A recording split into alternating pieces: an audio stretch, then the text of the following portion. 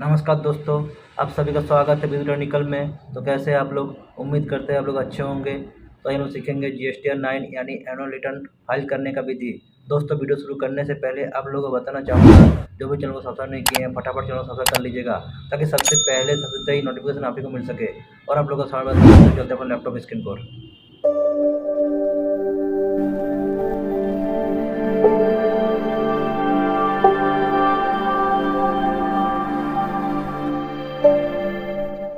तो दोस्तों, आगे अपन लैपटॉप स्क्रीन को और सीखते हैं जीएसटीआर 9 या एनुअल रिटर्न का फाइल कैसे करते हैं। उससे पहले बताना चाहूँगा, जिस पार्टी या कंपनी का ईयरली टर्नओवर 2 करोड़ से ऊपर होगा, उसी का जीएसटीआर 9 रिटर्न फाइल करते हैं। और जीएसटी रिटर्न फाइल करने का जीएसटी 9 रिटर्न फाइल करने का अंतिम तिथि है 31 दिसंबर 2023। जैसे मान लीजिए 22-23 का रिटर्न फाइल कर रहे हैं, तो उसका डेट होगा 31 दिसंबर 2023 को फाइल होगा। ठीक है, तो चलते हैं अपना पोर्टल में।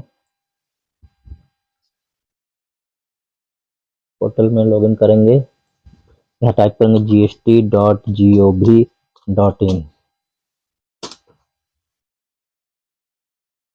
लॉगिन करेंगे। लॉगिन करने के बाद यहाँ पर आईडी डालेंगे, यहाँ पर डालेंगे पासवर्ड।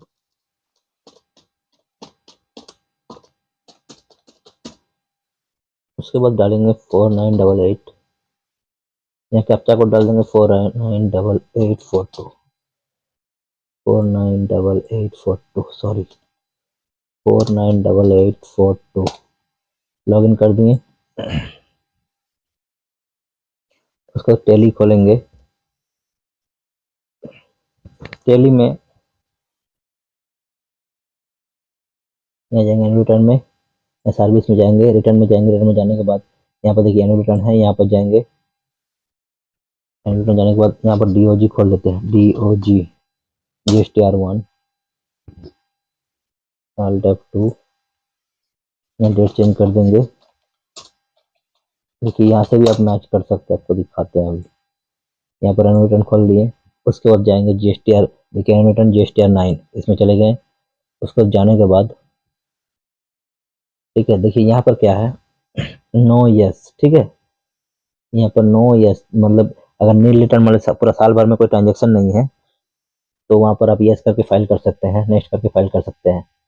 ट्रांजेक्शन है तो उसको नो करके नेक्स्ट करेंगे। उसको टेबल खोलेंगे। टेबल वाइज आपको अभी उसका विधि बता रहे हैं कैसे किया जाता है उसका विधि। ठीक है, जीएसटी 4 में क्या होता है, सॉरी टेबल नंबर 4 में क्या होता है। देखिए टेबल 4 में क्या होता है, देखिए इसमें क्या होता है, B2 से जो अनरजिस्टर्ड सेल है उसी का टैक्सेबल वैल्यू, उसी का इनपुट उसी का आउटपुट लिया हुआ। देखिए उसके बाद जो है, देखिए बी टू बी का जो सेल है, जैसे मान लीजिए जीएसटीआर 1 जो रिटर्न फाइल करते हैं ना, वो ऑटो पॉपुलेट होके यहाँ पर आ जाता है।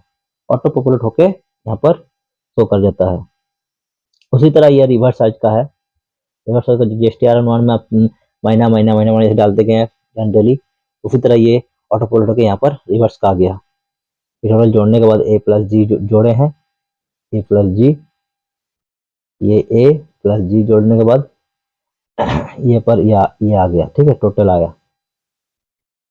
उसके बाद देखिए क्रेडिट नोट जो भी है, देखिए आपको दिखा देते हो भी। देखिए B2C, देखिए ये मिल जाएगा। देखिए B2C आपका देखिए 24 49 237 50 है ना, 40 82 देखिए है ना, सब एकदम। ये जो रिटर्न है, ये मेरा ये मेरा जीएसटीआर 1 है। देखिए 1/4 से 31 मार्च तक पूरा खोल के देख रहे हैं।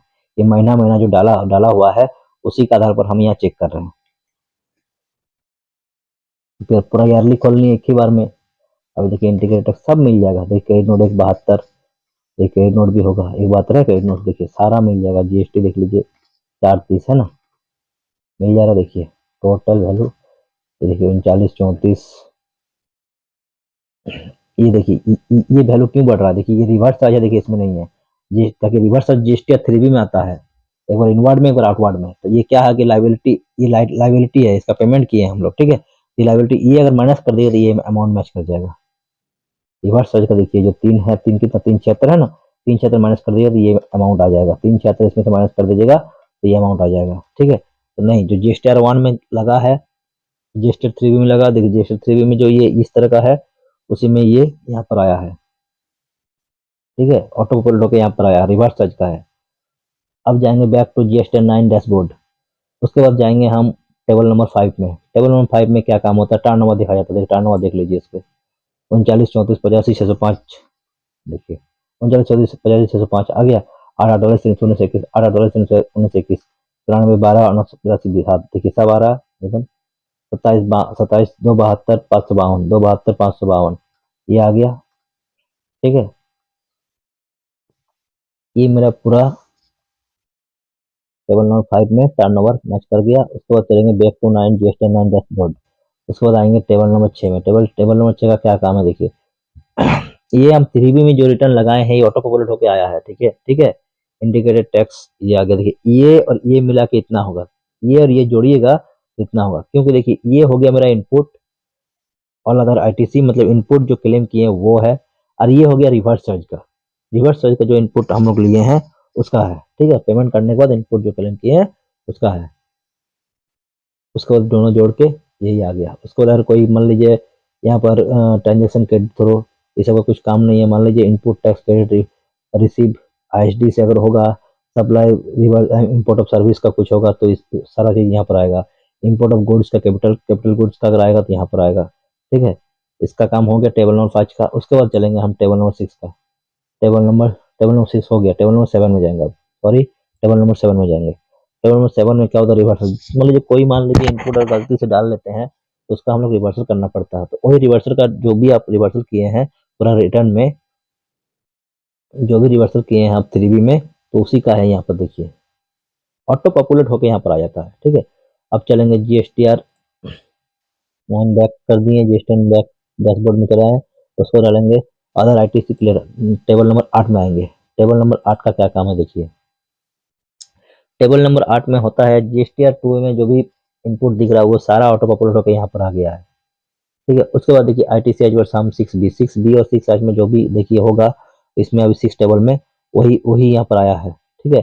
और उसको माइनस करने के बाद डिफरेंस ये आ रहा है, ठीक है। उसको दिखा देते हैं आपको, टेबल नंबर 6 में देखिए होगा BH में,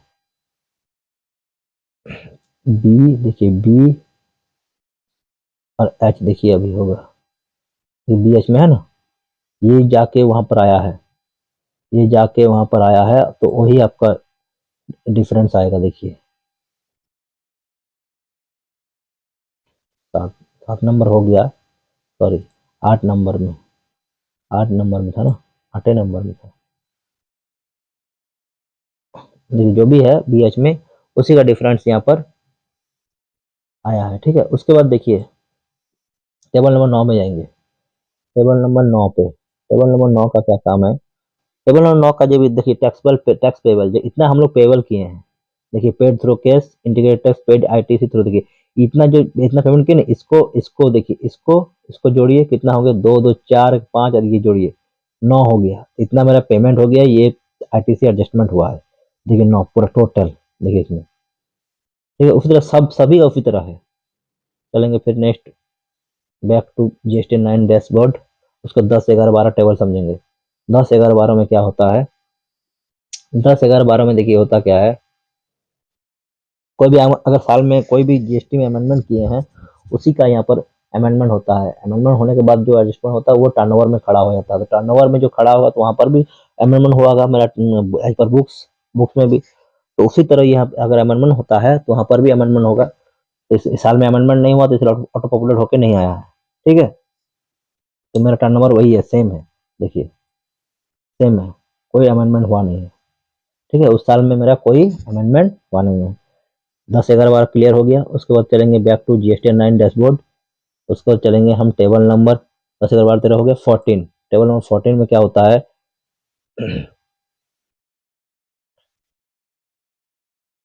इसमें बता रहा है difference tax paid on account of declaration, table number 10 11। इसका कुछ काम नहीं है। अगर डिफरेंस रहेगा कोई टैक्स पेड में तो यहाँ पर आप यूज कर सकते हैं। मान लीजिए कोई टैक्स पेड में डिफरेंस है, ठीक है, तो आपको मान लीजिए 200 रुपये काम जमा किए, यहाँ पर जमा करना होगा तो यहाँ 200 डाल सकते हैं यहाँ पर, ठीक है।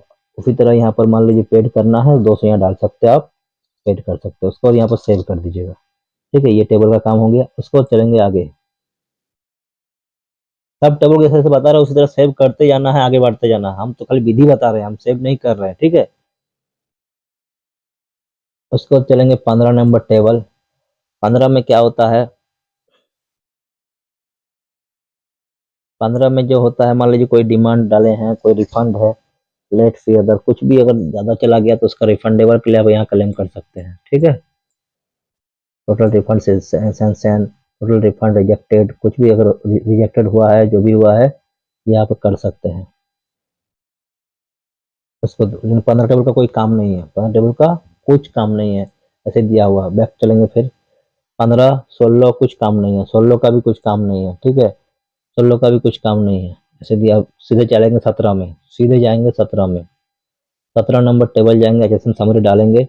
जैसे मान लीजिए हम समरी सर्च करेंगे ना, 170400 डाल दिए, इसको मान लीजिए डाल दिए। उसके बाद देखें यहाँ पर डालेंगे यूपीसी, यूपीसी हम जगह एमटी, इसको डाल देंगे यहाँ पर। Total quantity, total taxable value, total quantity आपको कहाँ से मिलेगा, आपको पूरा वहाँ जाके सेल सेल रजिस्टर खोल के टोटल क्वांटिटी आप यहाँ से डाल सकते हैं, ठीक है। उसके बाद जाके टोटल टैक्सेबल वैल्यू, या आप स्टॉक रजिस्टर खोल के भी देख सकते हैं। स्टॉक रजिस्टर से जितना क्वांटिटी आपका सेल हुआ है, आउटवर्ड हुआ है, वो आप पूरा देख सकते हैं, जिसे 1704 एसेसन का, ठीक है।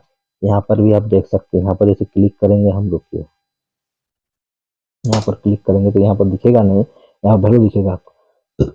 क्वांटिटी 1704 लिखते हैं, यूपीसी दिख रहा है, देखिए क्वांटिटी इसमें दिख रहा है, टोटल क्वांटिटी आ जा रहा है इसमें, ठीक है। इसको एक्सेल में एक्सपोर्ट करके आप इसको जोड़ सकते हैं, जोड़ के आप यहाँ पर डाल सकते हैं, ठीक है। इसको पूरा,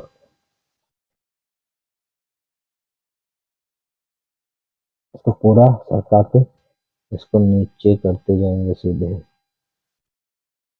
ठीक है। देखिए क्वांटिटी अभी पूरा है, अभी खत्म नहीं हो रहा है, जो भी है। यहाँ पर एक्सपोर्ट करेंगे, देखिए यहाँ पर एक्सपोर्ट का ऑप्शन है, एक्सपोर्ट करेंगे। एक्सपोर्ट करने के बाद एक्सेल में एक्सपोर्ट करने के बाद आप जोड़ सकते हैं, जोड़िएगा वो आ जाएगा पूरा क्वांटिटी, ठीक है। और वो क्वांटिटी आपको वहाँ डाल देना है, बस इतना करना है और कुछ नहीं।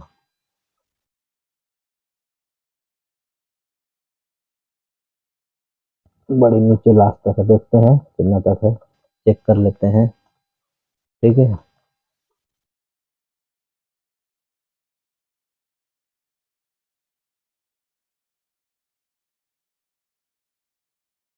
300 और ज़्यादा नहीं, 200 होगा, और बस, ज़्यादा नहीं है। बस 100 है, खत्म हो ही गया है, ठीक है। इतना मान लीजिए है, जितना क्वांटिटी है, देखिए टोटल क्वांटिटी इसमें अभी जोड़ के आया नहीं है। जितना क्वांटिटी है यहाँ पर आपको यहाँ जोड़ना होगा, ठीक है। एक्सेल में एक्सेल करके जोड़ लीजिएगा तो आ जाएगा। उसको डालेंगे यहाँ टोटल क्वांटिटी, उसको टैक्सेबल वैल्यू, देखिए टैक्सेबल वैल्यू भी जो है टैक्सेबल अमाउंट ये हो गया। उसको सेंट्रल टैक्स हो गया, स्टेट टैक्स हो गया, सारा इसमें डाल सकते हैं, ठीक है। आईजीएसटी जितना है आईजीएसटी डाल सकते हैं। उसे इसको फिर ऐड करेंगे, फिर मान लीजिए एक और होगा एसेसन, फिर ऐड करेंगे, उसे ऐड कर करते सेव कर देंगे, फिर जाएंगे बैक टू 9 जीएसटी 9 डैशबोर्ड। ये हो गया। 18 नंबर टेबल का कोई काम नहीं है, 18 नंबर टेबल का कोई काम नहीं है, ठीक है। ये इनवर्ट सप्लाई के लिए है, जो एचएसएन वाइज इनवर्ट सप्लाई का जो भी है, इनवर्ट सप्लाई जो मान लीजिए कोई परचेज करते हैं, एचएसएन में एचएसएन मान लीजिए 1704 तो कुछ परचेज है तो वो कर सकते हैं, आप मान लीजिए जो किसी इनवर्ट जो भी है वो आप कर सकते हैं। तो ये हो गया आपका जीएसटीआर 9 रिटर्न फाइल करने का विधि, तरीका हम बता दिए हैं, इसी तरह से आप कर सकते हैं। तो दोस्तों वीडियो को चला कमेंट जो बताइएगा, वीडियो पसंद लाइक और शेयर जरूर कर दीजिएगा, और चैनल पर नए हो तो सब्सक्राइब ना भूलिएगा। तो मिलते हैं नेक्स्ट वीडियो में। जय हिंद, वंदे मातरम।